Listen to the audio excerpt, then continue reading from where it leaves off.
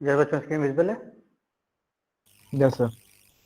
Okay. तो बच्चों, हमारा HTML और CSS लगभग अच्छे वे में हो चुका है। जनरली जितना यूज होता है उतना हो चुका है, और अगर उसमें आपने एडिशनल नई चीज़ें ढूंढोगे तो बहुत सारी मिलेंगी।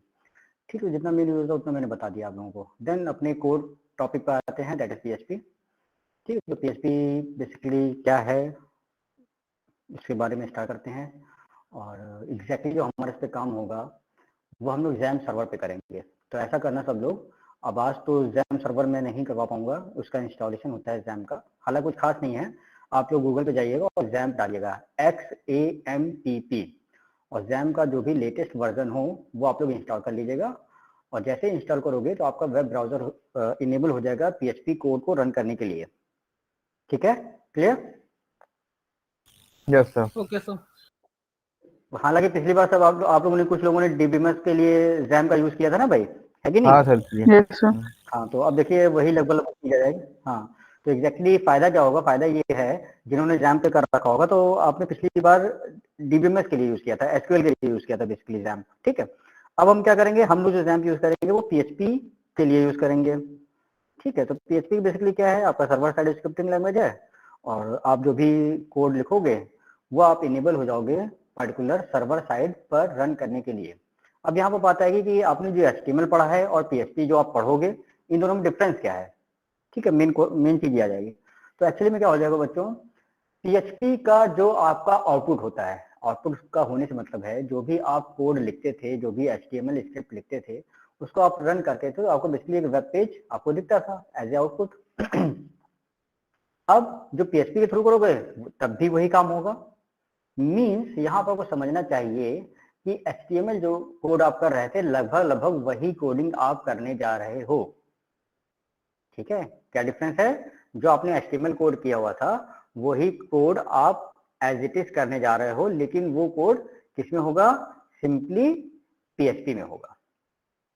ठीक है, तो मीन्स यहाँ पर ऐसा कोई बहुत ज्यादा आपको आउटपुट में सर डिफरेंस स्क्रीन नहीं नहीं दिख दिखेगा। रहा है सर, स्क्रीन नहीं दिख रहा है सर। हाँ बेटा, हाँ बेटा, मैं अभी उसको कर रहा हूँ, एक्चुअली कुछ लोग ज्वाइन कर रहे थे, जैसे मैंने मिनिमाइज किया है।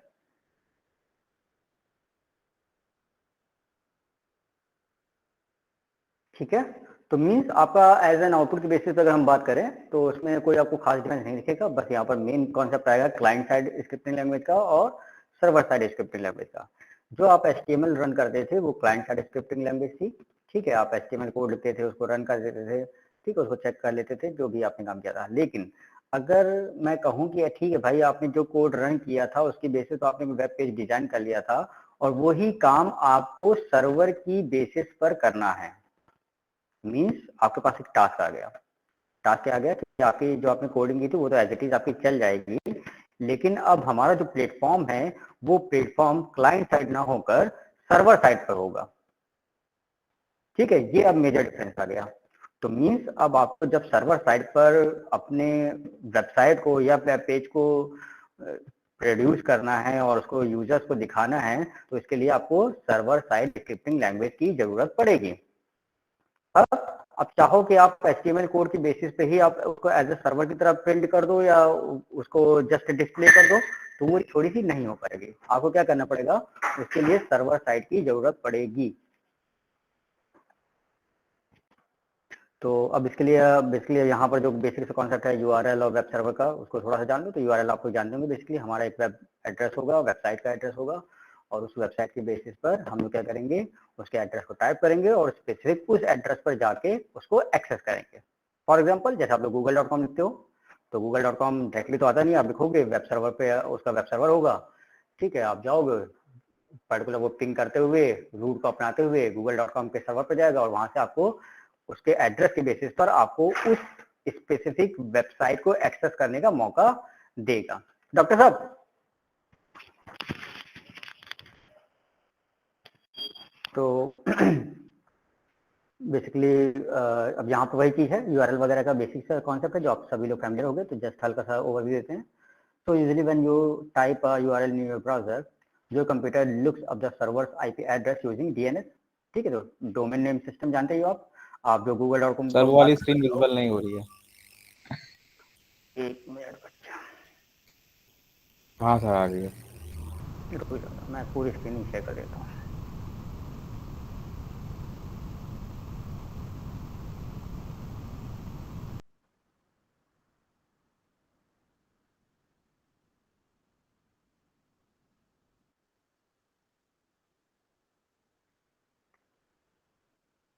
ठीक है, तो बेसिकली क्या है, डोमेन सिस्टम से आप लोग फैमिलियर है ही होंगे कि जाहिर बात है, हमारा जो google.com है उसका एक आईपी एड्रेस होता है, उसी को कन्वर्जन जो होता है वो डोमेन सिस्टम करता है।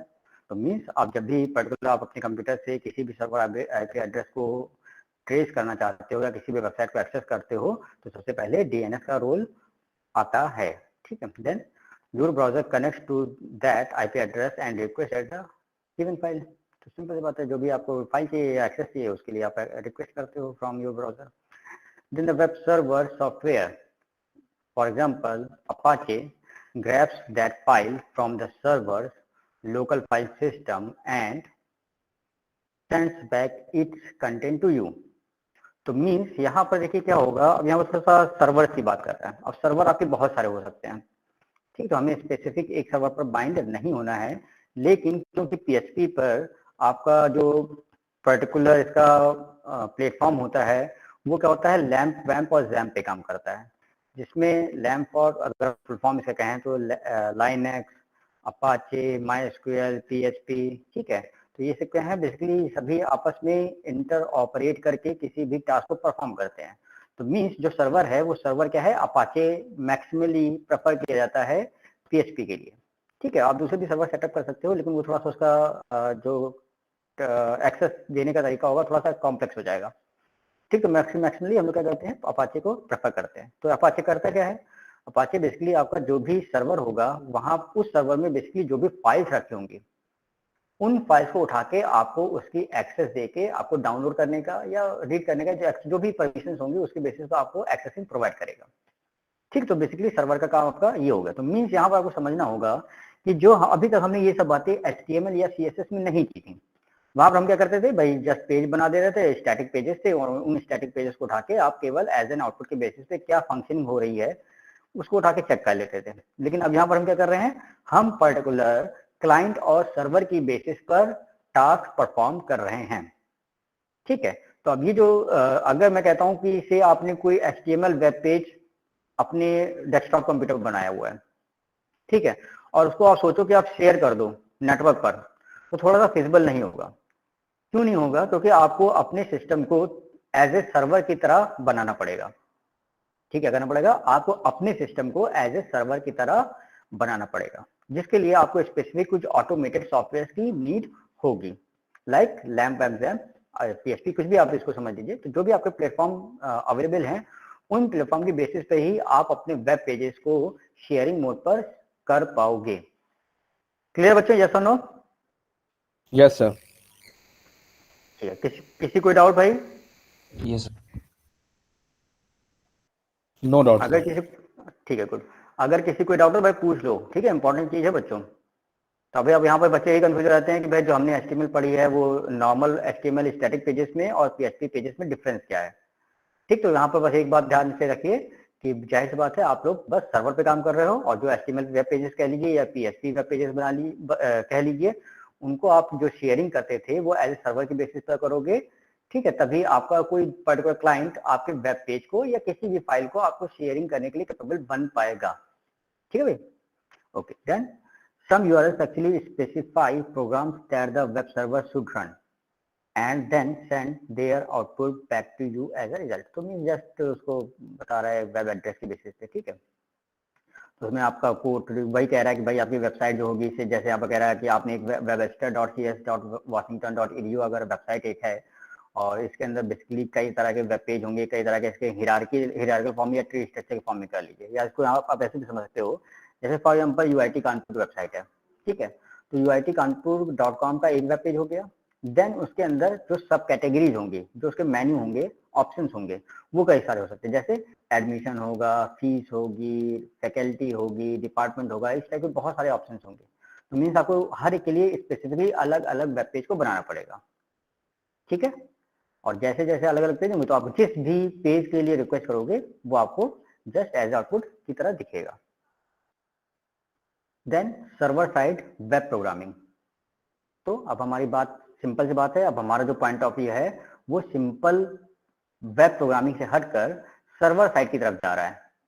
ठीक है, तो मीन्स अगर हम कहें कि हम HTML को कह दें कि भाई वो सर्वर साइड स्क्रिप्टिंग लैंग्वेज है या server side web programming language है, नो। ठीक, तो हम उस पर हाँ उसको हम एम्बेडेड करेंगे, HTML का यूज करते हुए हम PHP को इनेबल करवाएंगे कि हाँ भाई जो HTML की फैसिलिटीज हैं वो आप यूज कर सकते हो, लेकिन सिर्फ HTML को एज ए वेब प्रोग्रामिंग की तरह यूज नहीं करोगे, वेब प्रोग्रामिंग मतलब सर्वर साइड वेब प्रोग्रामिंग की तरह यूज नहीं करोगे। ठीक है, ये मेजर डिफरेंस है। सो यहाँ पर उसी बारे में बता रहा है कि कौन कौन सी वेब प्रोग्रामिंग हो सकती है। So server-side pages are programs written using one of many web programming language or framework. For example, PHP, Java, JSP, Ruby, ASP.NET, Python, Perl. ठीक, तो बहुत सारी वेब प्रोग्रामिंग लैंग्वेजेस हैं और उनको उठा के आप उनको यूज करके ही आप सर्वर साइड पेजेस को या सर्वर साइड स्क्रिप्टिंग लैंग्वेज को इनेबल कर पाओगे। फिर यहाँ पर आप देख सकते हो कि HTML का नाम नहीं है। तो the web server contains software that allows it to run those programs and send back their output। तो सिंपल सी बात है भाई, जो भी हमारा सॉफ्टवेयर है, जाहिर सी बात है PHP के लिए, पर्ल के लिए, पाइथन, जितने भी आपने यहाँ पर देख रहे हो, हर एक के लिए स्पेसिफिक कुछ सॉफ्टवेयर होंगे। ठीक है, और उन सॉफ्टवेयर में ही वेब सर्वर्स होंगे। ठीक है, सॉफ्टवेयर में ऑटोमेटिकली वेब सर्वर दिए जा रहे हैं। जैसे फॉर एग्जाम्पल जैम्प आपने देखा होगा, तो जैम्प में ऐसा नहीं था कि सिर्फ आप PHP पे काम कर रहे थे, PHP के साथ आपको MySQL भी दिया गया है। ठीक है, अपाचे सर्वर भी दिया गया है। ठीक, तो इस टाइप के जितने भी बंडल हैं उन सब बंडल को उठा के आप एक सॉफ्टवेयर बना के अपने सिस्टम में रेजिडेंट करते हो और उसके बेसिस पर ही उसको एज ए सर्वर की तरह ट्रीट करवा सकते हो। तो जो भी उस पर काम करोगे उसके बेसिस पर आपको आउटपुट दिखेगा। तो each language of framework has its pros and cons. ठीक है, सिंपल सी बात है, कई सारे फायदे और नुकसान होंगे, हर प्रोग्रामिंग लैंग्वेज के अपने हैं। तो हम PHP को यूज करने वाले हैं। तो Y PHP?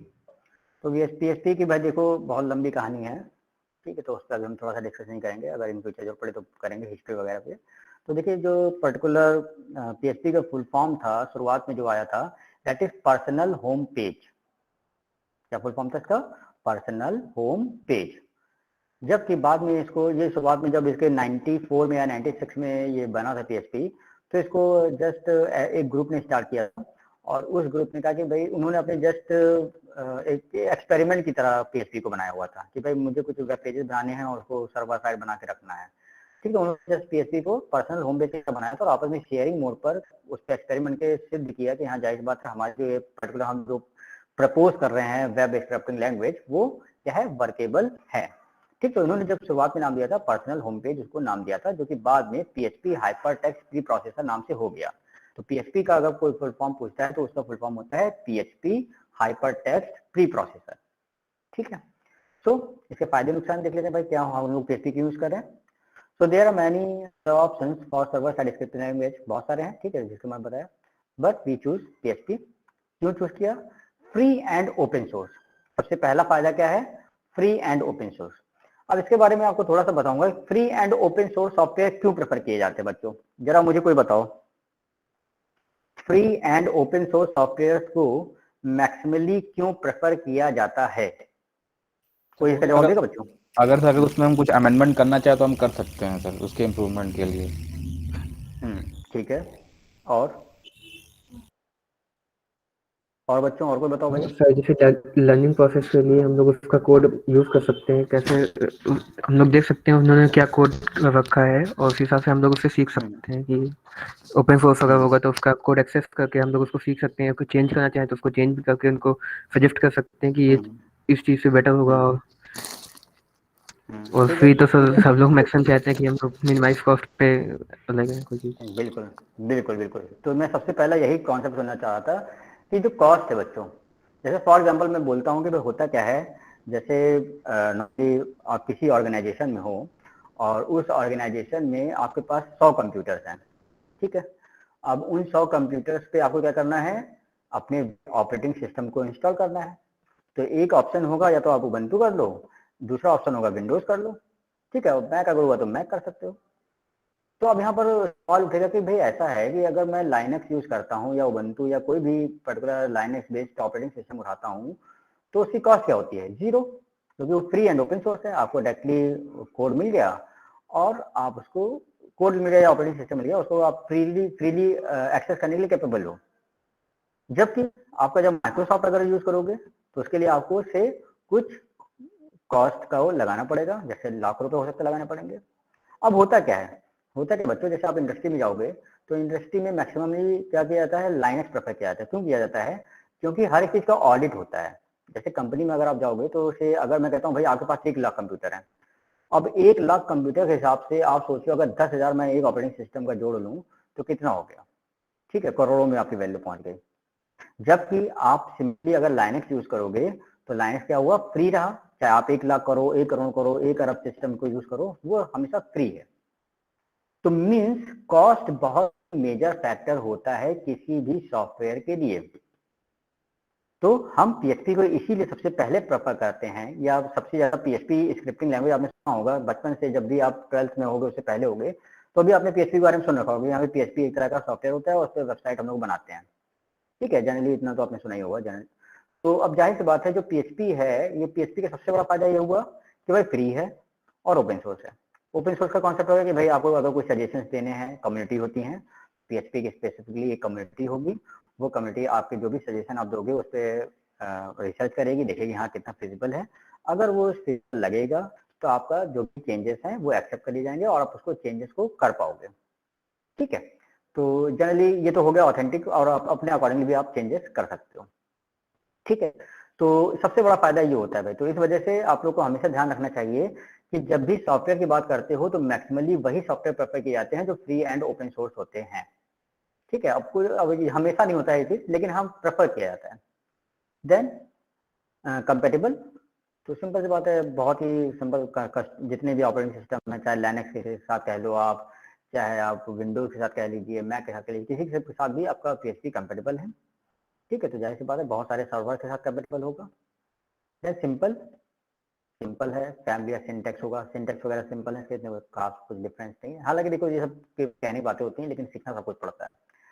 Then available, install on यूडब्ल्यूज servers, Denton, Webster and most commercial web host. तो यहाँ पर जो बेसिकली कुछ सर्वर की बात कर रहा है, उन सर्वर्स पे बेसिकली आप इंस्टॉल कर सकते हो, वहाँ पर अवेलेबल है, वहाँ से डायरेक्टली उठा सकते हो। और जो पर्टिकुलर वेल डॉक्यूमेंटेड है, तो आप तो देखिए काम कीजिए php.net, ठीक है, आपकी एक वेबसाइट है php.net। php.net से ही आपको कभी भी कोई भी चीज डाउट होगा तो आप एक्चुअली में क्या है, php बहुत बड़ी है तो हाँ लिमिटेड चीजें ही हो पाएंगी, लेकिन आपको अगर स्पेसिफिक एग्जैक्ट इंफॉर्मेशन चाहिए किसी भी चीज के बारे में php में, तो आपका जो ऑथेंटिक सोर्स है उसका वो है php.net। तो आप जाएंगे php.net पे जाएंगे और वहां पर आप देखेंगे कि एग्जैक्टली क्या क्या है, ठीक। तो आपको बहुत ही बड़ी वेबसाइट मिलेगी, बहुत ही सारे कंटेंट मिलेंगे, तो हर एक चीज पढ़ने की जरूरत नहीं है, आप लिमिटेड चीजें ही पढ़ेगा जिससे जितना आपको समझ में आए। क्योंकि होगा क्या, जैसे मैं फॉर एग्जांपल कहता हूँ php.net/eco, इको फॉर प्रिंटिंग।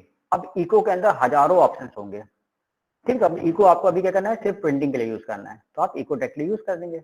और उसके अंदर स्पेसिफिकली अगर किसी ऑप्शन की नीड होती है तो उन ऑप्शन को आप जाके देख सकते हो, पढ़ सकते हो, ठीक है। लेकिन अगर इतना ज्यादा अभी इसमें करने की जरूरत नहीं होगी क्योंकि आप लोग परेशान हो जाओगे, तो बहुत ही वास्ट है।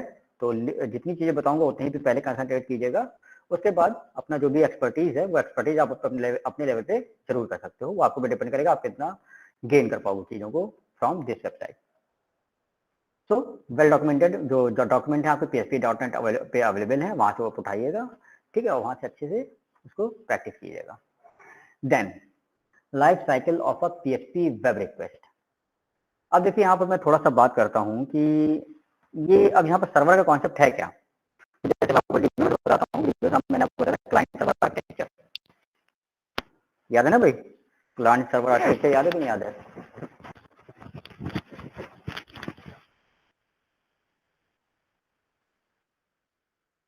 तो हो गया क्या भाई सब?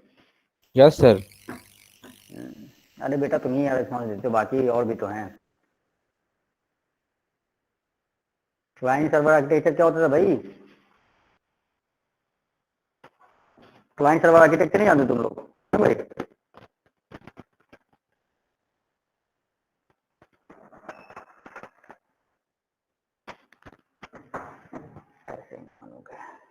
सर जब क्लाइंट किसी चीज़ की रिक्वेस्ट करता है सर्वर के पास, कोई इसको सेंड करना है, तो जैसे हम कोई वेब पेज ओपन करना चाहते हैं तो एक रिक्वेस्ट भेजते हैं, तो हम क्लाइंट पे, और जो उसका ओनर है वो एक सर्वर ओपन होता है वहाँ पे, तो हम जिस पेज को एक्सेस करना चाहते हैं उसके आईपी के साथ हमारा डीएनएस आईपी फेच करता है, उसके बाद उसको रिक्वेस्ट भेजता है, तो वहां से जो रिलेटेड डेटा होता है वहां से लिंक करके जो सर्वर होता है वो वापस फिर से क्लाइंट को रिस्पॉन्ड करता है। ठीक है, गुड विशाल।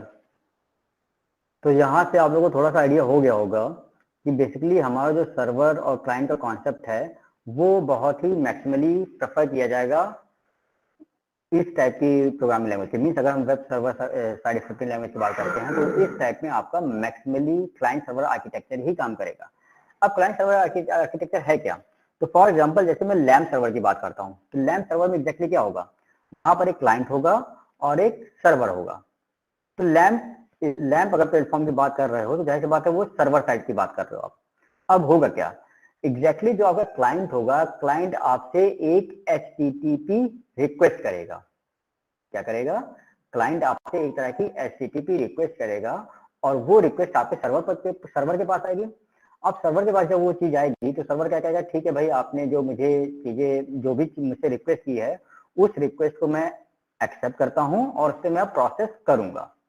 जैसे फॉर एग्जांपल मैं कहता हूँ UIT-कानपुर.com की वेबसाइट पर आप गए, तो UIT का सबसे पहले तो आपको HTTP प्रोटोकॉल का यूज करना पड़ेगा ना। तो आप क्या लिखोगे, HTTP जो भी उसका सिंटैक्स होता है और UIT-कानपुर.com।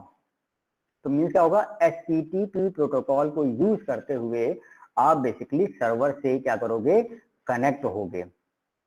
अब जैसे आप सर्वर से कनेक्ट हो जाओगे तो क्या होगा, अब वहां पर जो आपके एग्जिस्टिंग सर्वर होंगे, जैसे मैंने लैम्प सर्वर की बात, तो लैम्प सर्वर में क्या होगा, लाइनक्स होगा, अपाचे सर्वर होगा, माइस्क्वेल होगा और PHP या कोई भी स्क्रिप्टिंग लैंग्वेज उसके अंदर इनेबल की हुई होगी ताकि आपको वो रिस्पॉन्स कर पाए। अब UIT-कानपुर.com को अगर वेब पेज को आपको सर्वर को रिट्रीव करना है तो वो कैसे करेगा काम?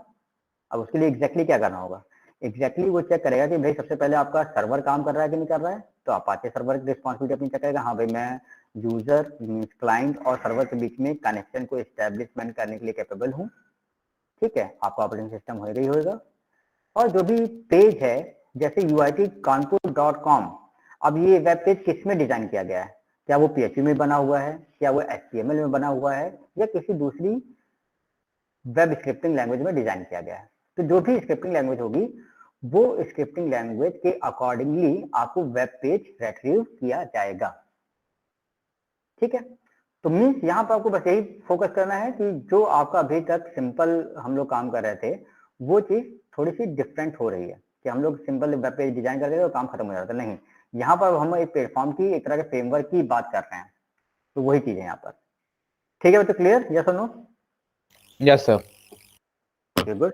तो अब वही चीज यहाँ पर डिफाइंड है, किसी आपका एक जो क्लाइंट है, यूजर कंप्यूटर है, उसने किसी वेब ब्राउजर को उसके पास होगा, उसका आपने इंस्टॉल किया होगा, अपने सिस्टम में वेब ब्राउजर को इंस्टॉल किया होगा। देन उसके एड्रेस को आप टाइप करोगे, उसके बेसिस पर गेट या पोस्ट मेथड बेसिकली बता रहा है HTTP प्रोटोकॉल के बेसिस पर, और आप वेब सर्वर को एक्सेस करोगे। अब जैसे ही वेब सर्वर को एक्सेस करोगे तो उसके अंदर हम लोग किस पे फोकस करने वाले हैं, सिर्फ प्रोग्रामिंग स्ट्रक्चर पर। दूसरे जो पैरामीटर हैं, चाहे ऑपरेटिंग सिस्टम है, अपाचे सर्वर है, माइस्क्वेल है, उस पर हम अभी फोकस नहीं कर रहे हैं। हम किस पे कर रहे हैं, सिर्फ वेब टेक्नोलॉजी पर। तो PHP कोड होगा, उस PHP कोड में आपका प्रोटोकॉल डिफाइंड होगा, उसके अंदर स्पेसिफिक कुछ स्क्रिप्ट लिखी होगी और उस फॉर्म में ही आपको जस्ट रिट्रीव कर दिया जाएगा। ठीक है, क्लियर?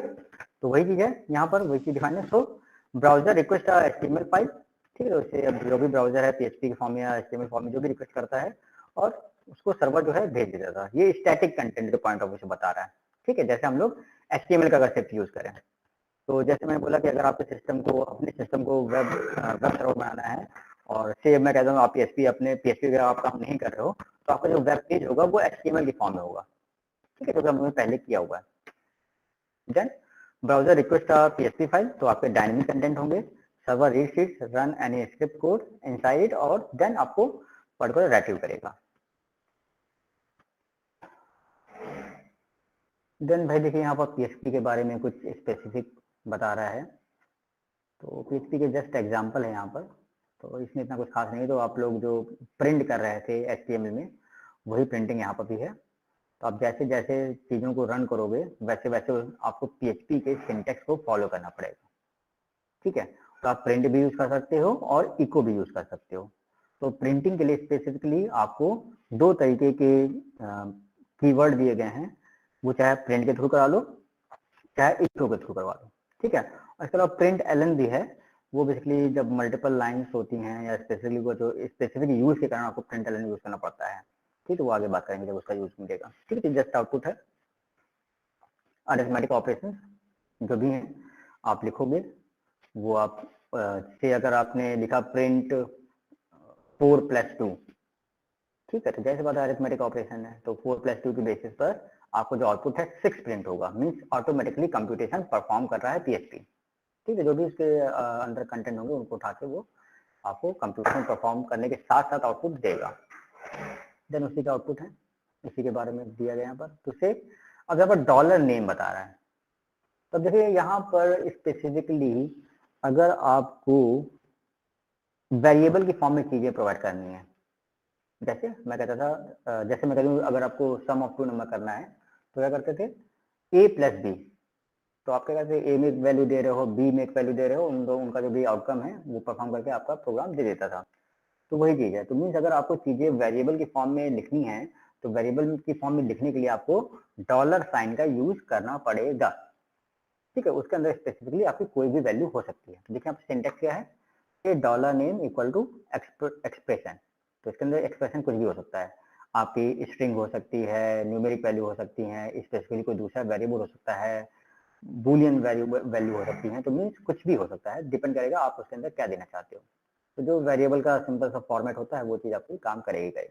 तो देन इसके अंदर बोल रहा है वेरिएबल्स होंगे names are case sensitive, separate multiple word with underscore sign.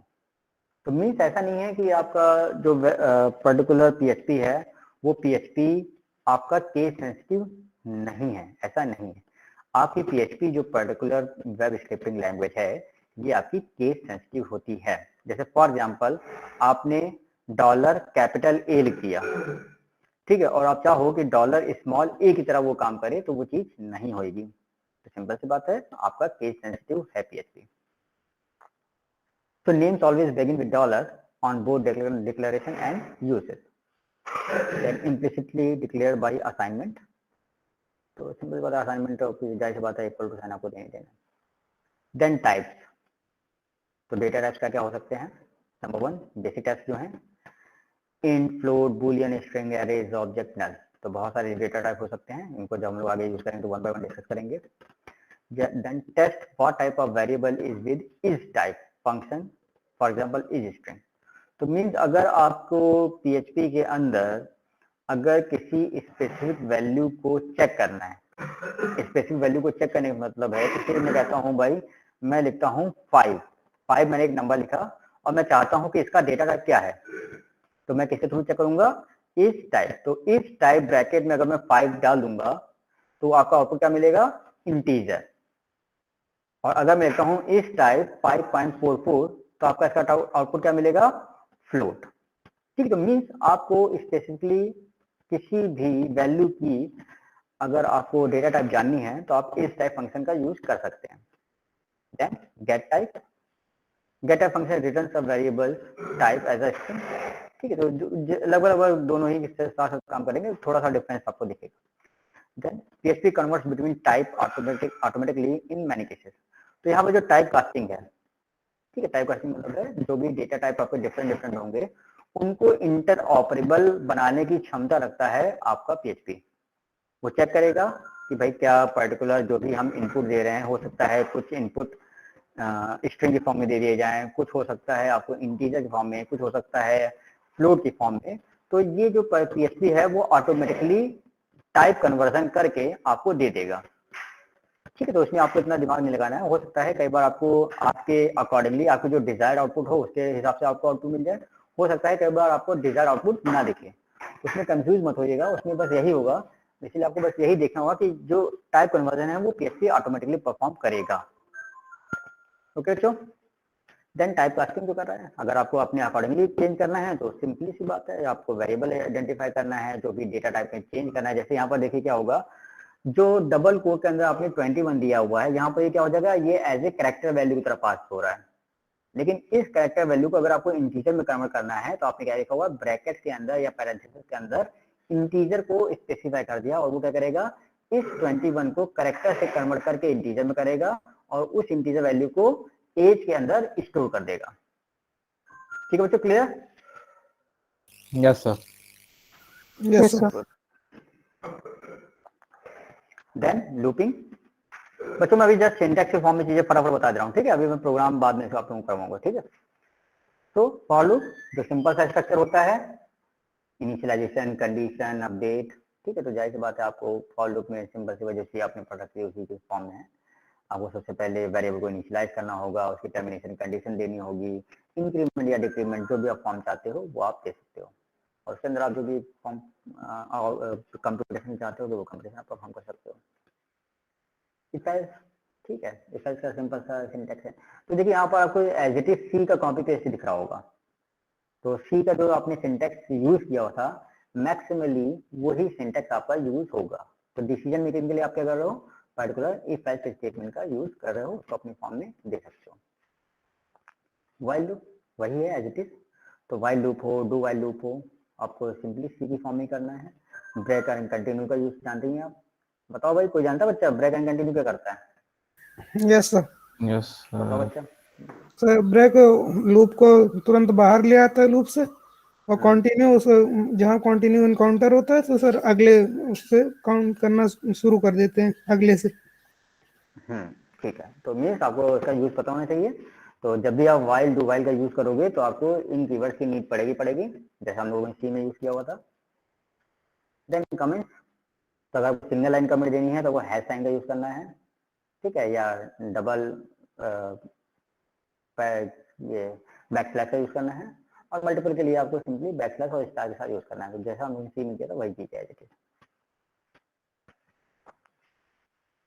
तो बच्चों यहाँ तक किसी कोई डाउट हो बताओ भाई। No doubt sir. No sir. No. तो आज मैं जस्ट बेसिक सिंटैक्स बता दे रहा हूँ, और सभी लोग आज ऐसा करेंगे भाई कि सभी लोग XAMPP सर्वर जो है जरूर से इंस्टॉल कर लेंगे, ठीक है? XAMPP सर्वर की नीड पड़ेगी। XAMPP मैं इसलिए बोल रहा हूँ, हालांकि और भी ऑप्शंस हैं, लेकिन XAMPP इसलिए बोल रहा हूँ कि उसमें बहुत आसानी होती है, ठीक है? सर्वर सेटअप आप जब करोगे तो अपना यूजर नेम, पासवर्ड, ये सब अच्छे से ध्यान से लिख के कर रख लीजिएगा, वरना कई बार क्या होता है प्रॉब्लम क्रिएट होती है।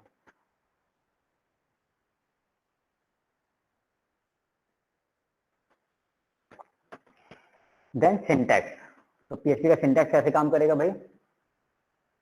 तो HTML के जो कंटेंट थे वो HTML कंटेंट आप एज इट इज यूज कर लोगे। कोई भी आपने HTML वेब पेज बनाया था उसको, उस कंटेंट को आपको उठाना है, as it is copy paste मार देना है PHP में, ठीक है? देन PHP इनेबल कैसे करोगे आप? तो PHP के लिए जो बेसिकली PHP कोड आप जब भी लिखोगे तो आपको पर्टिकुलर इस सिंटैक्स का इंक्लूजन करना मैंडेटरी है।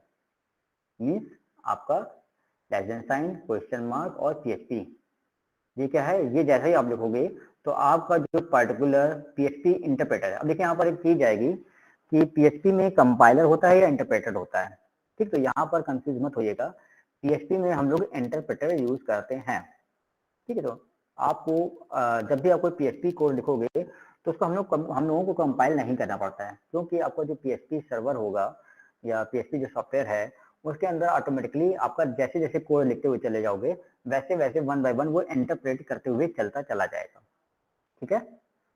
तो मीन्स हम लोग PHP में इंटरप्रेटर का यूज करते हैं, ना कि कंपाइलर का। ओके, तो यहाँ पर आपका जो इनिशियल ओपनिंग टैग है that is less than sign, question mark and PHP, और जो क्लोजिंग टैग होगा that is question mark and greater sign.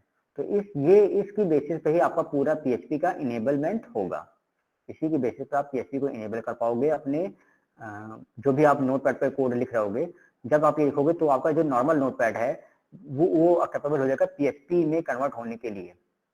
Notepad का मतलब ये मतलब है नोटपैड सॉफ्टवेयर मीन्स कोड तो PHP में क्या जैसे हम लोग लिख रहे थे किसी xyz.html, तो हमने जो हमारा पेज होता था वो HTML के फॉर्म में जनरेट हो जाता था, लेकिन अब हम क्या लिखेंगे xyz.php, मीन्स आपका जो कोड है वो आप PHP के फॉर्म में जनरेट हो जाएगा, ठीक है? और उसके अंदर आप कुछ भी HTML कंटेंट आगे पीछे ऊपर नीचे इसके साथ कहीं पे भी आप HTML कंटेंट को यूज कर सकते हो। तो HTML के कंटेंट को साथ के साथ यूज करने को आप क्या बोलोगे? HTML एम्बेडेडनेस। क्या बोलोगे? HTML एम्बेडेडनेस। ठीक है, तो मीन्स HTML के जो भी कोर्स है आप उनको एज इट इज उठा के यूज कर पाओगे। देन स्ट्रिंग टाइप की बात कर रहा है, ठीक है, तो यहाँ पर जस्ट अब डेटा टाइप की बात करने लगा। अब उसके अंदर जो बेसिक से कॉन्सेप्ट है वो सब बात करेगा। ठीक है, तो चलिए बस इतना ही रखते हैं आज।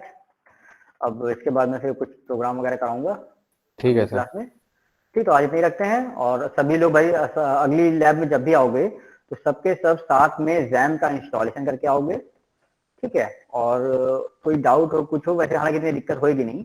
और कोशिश करना कि जो HTML कोड उठाए थे, मैंने आपको बेसिक सिंटैक्स बता ही दिया है, इस कोड में जैसे PHP का जो ओपनिंग और क्लोजिंग टैग है उसके अंदर PHP कोड को डालोगे और रन करके अपना देखोगे कि एग्जैक्टली क्या परफॉर्मेंस हो रही है। ठीक है बच्चों, ओके सर। ओके।